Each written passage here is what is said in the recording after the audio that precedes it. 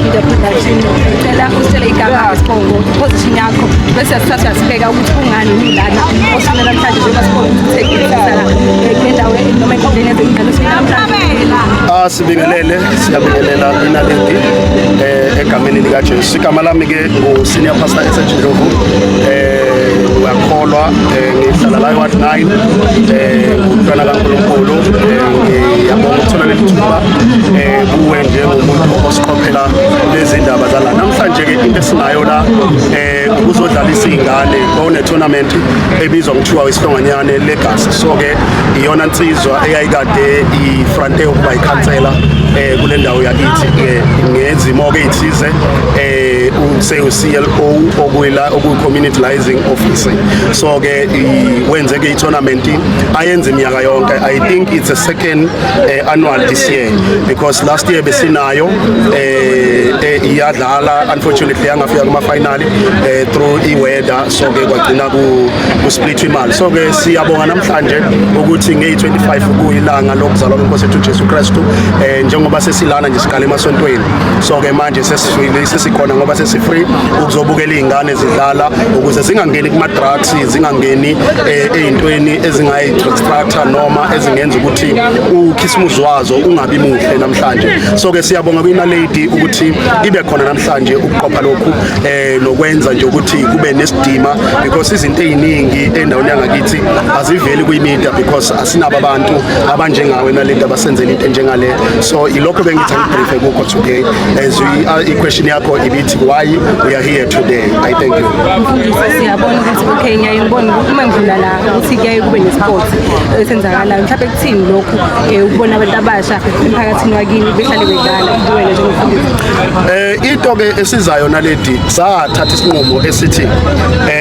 enye into enganciphisa icrime, enye into enganciphisa ukuthi kungasetshenziswa kabi idakamizwa ukuthi sidlalise izingane. Yingakho ke time and time senza ama-tournament mhlawumbe abafowethu abanjengoba Bungwenya abanye abanjengomfowethu omncane ongilamayo abantu aba-based to do so those tournament. Although I'm busy at church guys, not ukuthi I'm far, but I'm not far because that I have another commitment at church. So isikhathi esiningi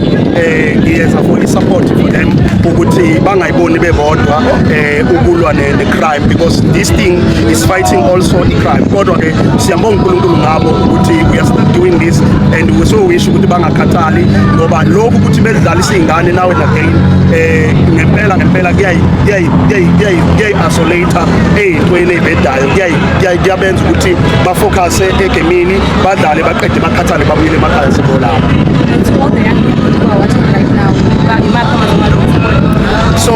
to those you are watching right now, into engafuna nje ukuyidlulisa kubona ukuthi guys impilo iyimpilo ngokuhlonipha, impilo iyimpilo ngokulalela. So once you listen your parents, once you respect the people around you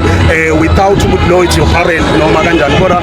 kunaleya nto naledi thina esikhule ngayo ethi ingane yabantu bonke. So ke namanje into esingayivuselela nje ey'nganeni ukuthi bafowethu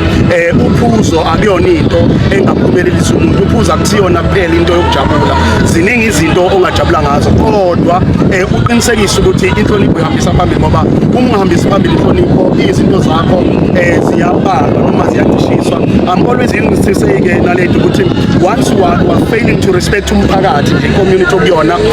ney'nsuku uNkulunkulu ebekubekele zona ziyancipha and nento ethi ke uNkulunkulu akabali njengomuntu ukuthi ke asibonge usuku lulunye lube izinkulungwane futhi ngamanye amazwi once you are failing to respect one other person okuyena umuntu ongakunikeza the blessings uNkulunkulu it's cut your days with 1,000 numbers. So can you imagine if uNkulunkulu bezokunikeza 60 years then uNkulunkulu it's cut for 10 years because you are failing to respect your parent and you are failing to respect the community. So as well it's very important and to say today as usunginikeze that platform through you naledi ukuthi I'm also working under EGPV and as I'm standing here I'm a GPV activist, so I'm fighting against the EGPV whatever GPV, because GPV is not about only the women ezwa indoda but manje sebekhona nabantu besifazana abahlukumeza amadoda and indoda ayikwazi ukubika ndawo because it's scared ukuthi izohlekwa noma kuzoshiwo noma yini engashiwo, kodwa siyafisa ukusho ukuthi zisikhona thina mina njengomfundisi uNdlovu ngikhona emaphoyiseni ngikhona kwi-VFR room ngiyatholakala khona Monday to Friday I'm there. If you not you are found on that room but you can leave the message so that when I'm arrive ngikwazi ukuthi ngithathe lo mlayezo and then I work with ngibuye ngibone ukuthi i-case yakho idingana and then sibone ukuthi how to proceed on that and then ukuzukwazi ukuvikeleka nezingane ivikeleke. Also nje wonke umphakathi wakithi siyafisa ukuthi uvikeleke, even the churches there are things were happening at church esingakwazi ukuyingane ukuyireport kodwa mina ngikhona ngumfundisi at the same time ngiphinde ngilo ne-GPV it's very easier ukuthi umuntu akwazi ukuza kimi athi I have a problem la and then sibone ukuthi senza kanjani. But ke ngiyafisa naledi ukuthi singayishift ifocus yanamhlanje ukuthi we are here because of i-tournament kaSihlongonyanga. Elami lokugcina naledi sesivala ngiyafisa one okokuqala ukubonga ukuthi we thank you what you did, we thank you for your effort, God bless you and uNkulunkulu akaphakamise. And then number 2 siyafisa bafowethu wonke umuntu osekhaya aphumule kahle adle kahle ama-holiday ayithile bafowethu abadla izinto ey'shisayo bangazidli bangene ey'motweni siyacela because asinayo enye indlela singacela kuyo, kodwa le iyona platform esingakwazi ukucela kuyo ukuthi asiphephe ukuze sibonane ngonyaka ozayo. I thank you very I'm not biased anyway but ke ngiyafisa ukuthi nje bonke abadlalayo loyo ozoba namandla ngaphezu komunye aphumelele. Asikubingelele samukele kunaledi Msindo Production osigaba isibongo position yakho bese asasibeka ngokuthi kunisela usikole namhlanje isibongo ukuthi kuthethisa kahle igama ngokuthi wakwaZulu ukhoze ibhayida next wasizela support i-tournament yaSihlongonyane ebakhona iminyaka mhlawumbe ngomnyaka wesithupha, so manje wasela kwi-final emva komdlalo eminingi seyidlala namhlanje awuthi besukile ngalokugcina kodwa isikhathi mhlampe kuzo zonke lezi zinto benidlala i-team yakho yona iphuma kanjani? Kusuke kuqala nje mangathiwa asitholanga singamela final akhona kodwa umhlezo ubuhlungu ngoba ngifuna ikhathi final sekudile amalanga njengathi abadlali abaningi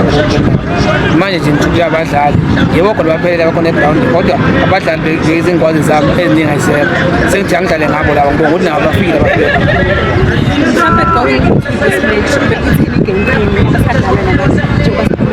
yeah, i-game plan bekunako kodwa ngisho ukuthi the most ama-players manje ngakhathela because adlala ama-tournament amaningi, abanye manje badlala i-game 3 abanye badlala i-game 4 ababuya khona mhlawumbe abayi-4-5 kodwa ngithe abazami babeka umoya phansi sicreate ama-chances acreatekayo zama ukuthi ngoba sesila sikhona khona sobona ukuthi uNkulunkulu usiphatha lokho sekukhona njengamanje be-game on akhona alilutho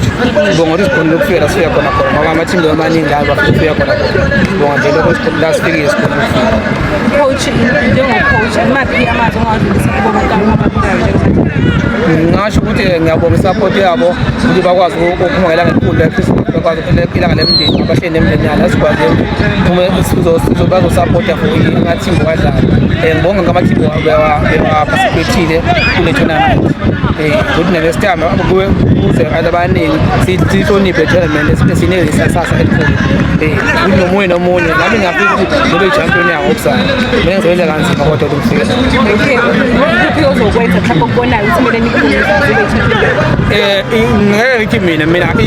i-profession yami right ngiyayithonamela ithatha isikhathi eside ngoba amaplayer wonke wakhona abanye bancenge into angakhozi amapolitiki azothatha isikhathi ngoba ukuphila ngefamily akusiyo ngoba nakho sihleli abadlali befamily so this time ngicela nje kuyithonamela ithatha isikhathi sazo ingasidilizi kakhulu noma ingaqala before i-16 nge-16 sesiqedela ngokuswela ngoba manje maningi amathela ngithoda endaweni so sishaya abadlali bethu abaningi babone ngasho ukuthi ngiyabonga nje uhlongonyane ngibona nabahleli bakhona ukuthi langelinye ilanga bazofunda amaphutha wabo ukundlela wenziwa umuntu iphutha womuntu bese kusasa ukuthi iphutha kwelenzi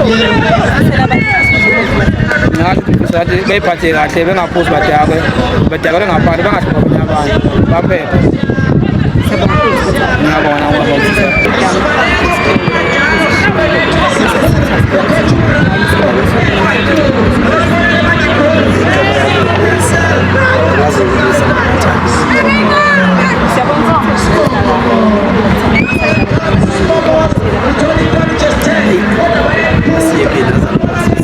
kodwa sodlala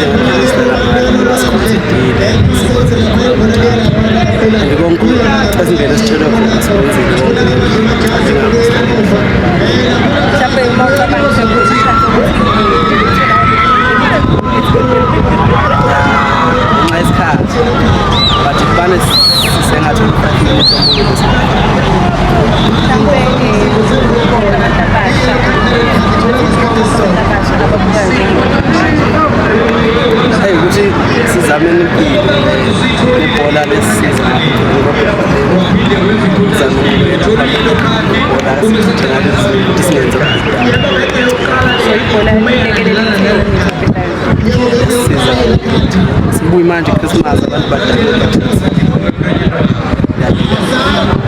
mhlambe ngizizwa kanjani-ke ukuthi ngoba vele sekuqala ukuthi mina ama-champions as the man of the match ex-the man of the match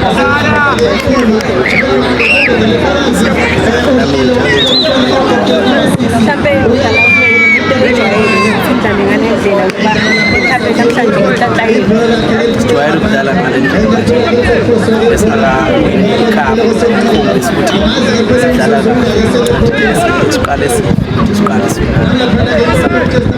sibusta nalabo mhlambe umuntu obukayo uma mhlambe ni-practice how often do you practice just to advise abanye abantu nenza kanjani ukuze uma nginama-results esiwabonayo